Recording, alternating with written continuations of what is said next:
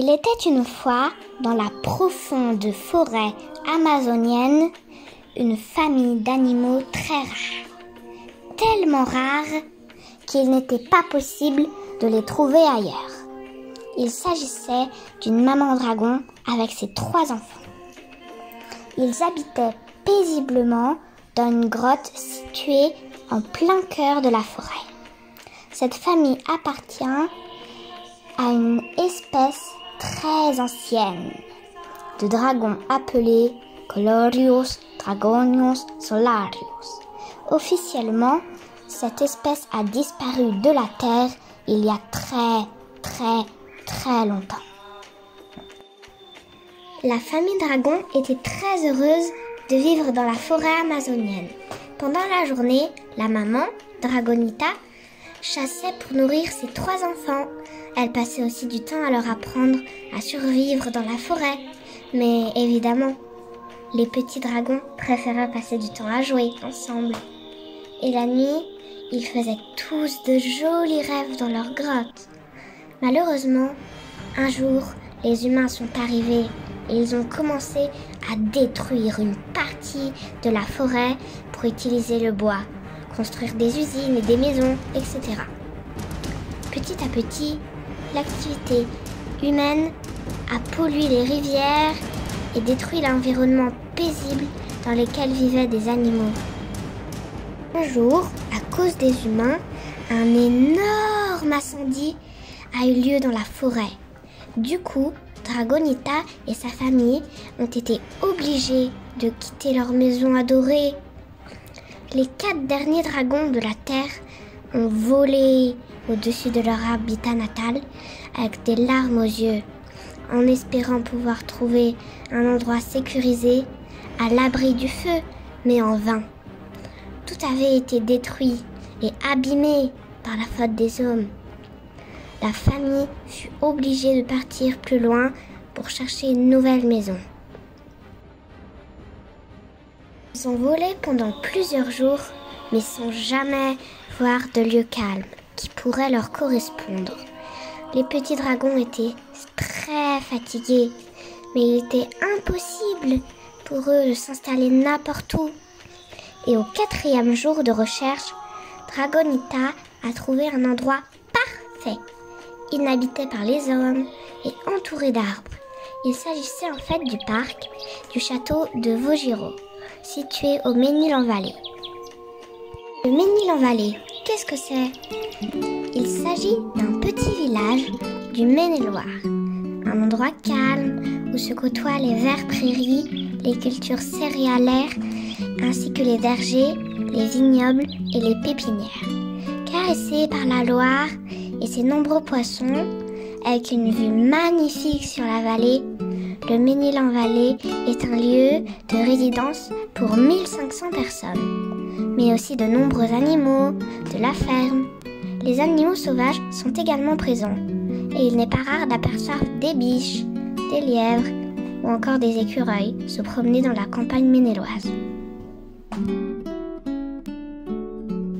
Au Ménil, il y a de nombreuses exploitations agricoles qui produisent du lait, de la viande, des fruits et des légumes, du vin et des arbres, et même des énergies renouvelables grâce au soleil et au caca des vaches. Les animaux sont contents de vivre au Ménil dans une nature luxuriante et ensoleillée. Il fait bon vivre au Ménil-en-Vallée, un village tranquille où tout le monde se connaît. Il est agréable d'aller chercher sa baguette de pain à pied en traversant le bourg. Si vous n'avez pas de montre, ce n'est pas très grave, car l'église et ses cloches vous rappelleront quelle heure il est.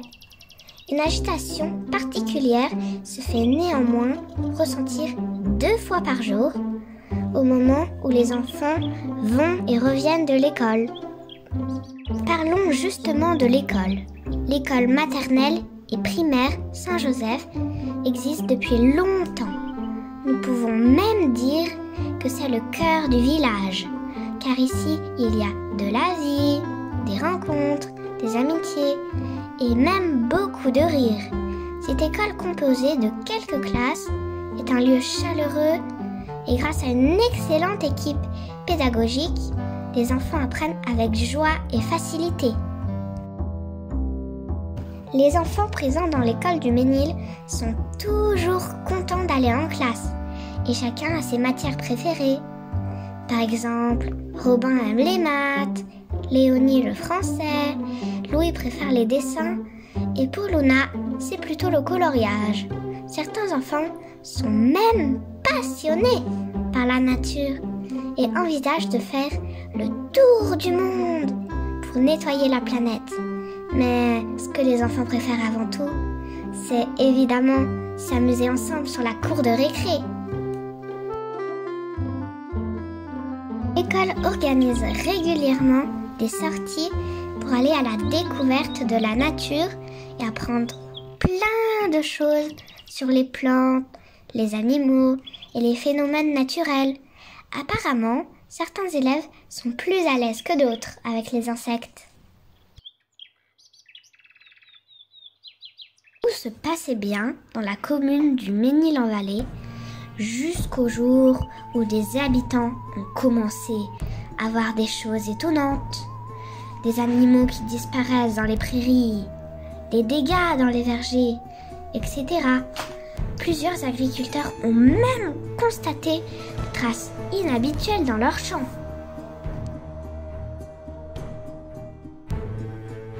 Un jour, Didier, l'un des agriculteurs, a découvert un tas énorme de bouse dans l'une de ses parcelles. Didier a d'abord pensé que ses vaches avaient un problème de digestion et il a vite appelé un vétérinaire. Pendant ce temps-là, des enfants de l'école Saint-Joseph particulièrement attentifs ont également remarqué des choses bizarres. Un jour, Roman et Théo ont découvert de drôles de traces de pattes. Dans la vallée, le chien de Roman était plus énervé que d'habitude. Les deux enfants se sont empressés d'aller tout raconter à leurs camarades.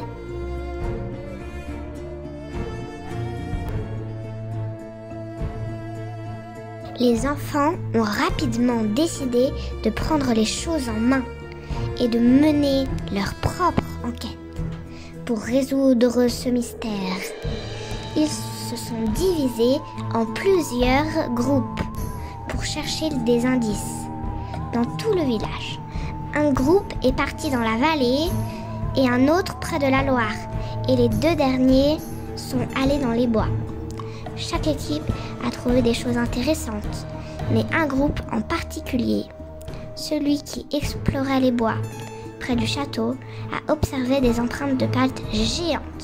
Immédiatement, Lola a photographié les empreintes. Antoine n'en croyait pas à ses yeux. Malik a même rigolé en disant que c'était probablement de grosses poules qui ont fait ces traces. Candice et Maëlia ont ensuite mesuré les empreintes avant que le groupe ne décide de rentrer à l'école pour raconter tout cela à leurs amis. Une fois réunis, ils ont tout raconté en détail ce qu'ils avaient trouvé, sans oublier de montrer les photos. Pendant ce temps-là, Laure et Daniel étaient partis chercher des informations à la bibliothèque du Ménil. Et elles ont trouvé un livre rare qui parle d'animaux mystiques, anciens et qui sont censés avoir disparu depuis plusieurs millénaires. Dans l'un des chapitres, les enfants ont trouvé des images étonnamment similaires aux empreintes observées près du château. Même les mesures prises par Candice et Maëlia correspondaient à la description présente dans le livre. Mais quand ils ont vu l'image qui était sur la page d'à côté, Malik s'est exprimé le premier en disant « Waouh ! En fait, je crois que ce n'était pas une poule qui a laissé les traces. » 2 jours plus tard, impatients et bien équipés, quelques enfants, Ethan, Caïs, Elvin, Wendy et Victor, ont décidé d'aller explorer les contours du château. Pendant la nuit, en s'approchant du bois situé derrière le château, Wendy a aperçu une lueur. Tous les enfants se sont rapprochés en silence et ils ont commencé à entendre des bruits sur la cour du château. ils ont vu une énorme dragon vert en train de cracher du feu, soit un morceau de viande embrochée. Autour du feu, il y avait 3 petits dragons, colorés. Ils avaient l'air tout excités et s'écriaient à chaque fois que leur maman crachait du feu. Les écoliers sont restés sans voix. Et heureusement, personne n'a crié pour attirer l'attention des dragons. Après avoir vu cela, ils sont tous reculés doucement. Ils sont vite repartis chez eux. Les enfants ont instantanément réalisé que la situation était grave. Des dragons ont élu domicile au Ménil-en-Vallée. Dès le lendemain, ils ont tout raconté à leurs parents et aux enseignants de l'école. Une réunion d'urgence a immédiatement été organisée. Après plusieurs heures d'échanges, et avec beaucoup de sagesse, ils décidèrent à l'unanimité d'aller parler avec le dragon. Ils ont choisi d'essayer une solution pacifique avant d'appeler la police. Une équipe insolite réunissant des adultes, des enfants et des enseignants s'est alors avancée vers le château. Un drapeau blanc à la main en signe de paix. Bien sûr, plusieurs enfants et même des adultes aussi n'étaient pas très rassurés. Mais quand il faut y aller, il faut y aller. Dragonita, la maman dragon, ne tarda pas à aller à leur rencontre. Au départ, elle se sentit menacée et elle a commencé à respirer très fort tout en fixant les gens les uns après les autres. Personne n'osait prendre la parole. Au bout d'un moment, Margot, Yanaël et Manek ont pris leur courage à 2 mains et ils ont engagé la discussion. « Coucou Madame Dragon, comment vous appelez-vous ? Nous sommes venus pour vous saluer, faire connaissance et discuter un peu, c'est tout. » Heureusement, Dragonita, qui était très âgée et qui avait eu l'occasion de beaucoup voyager, connaissait toutes les langues du monde. Quand elle comprit que les humains étaient venus en paix, elle s'assit pour les écouter. Les habitants du Ménil ont alors expliqué que les dragons leur faisaient peur et qu'ils avaient fait des dégâts dans plusieurs exploitations agricoles. Du coup, si cela devrait durer, ils seraient obligés d'avertir la police et les dragons auraient sûrement des problèmes. En entendant cela, Dragonita s'est mise à pleurer.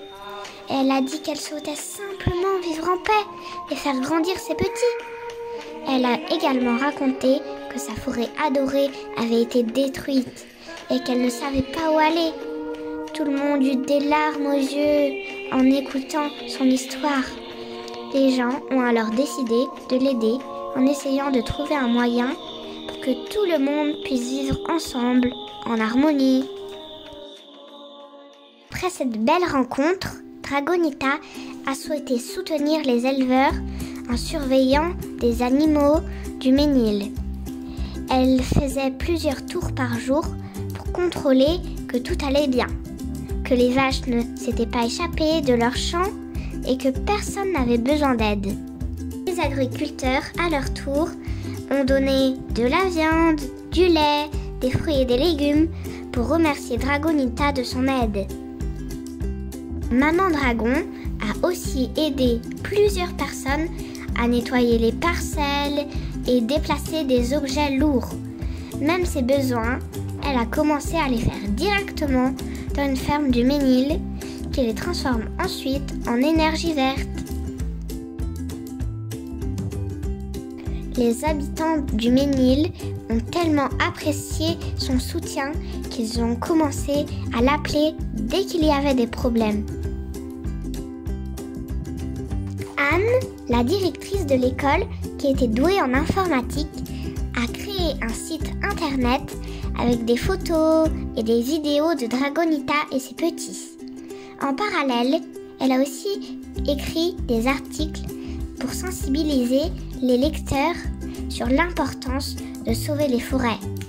Rapidement, une cagnotte en ligne a vu le jour et des milliers de personnes ont fait des dons pour aider les Ménélois à s'occuper des dragons et aussi pour replanter des arbres dans le monde entier. Les touristes sont ensuite arrivés de tous les coins de la Terre pour observer ces dragons que tout le monde croyait disparus depuis si longtemps.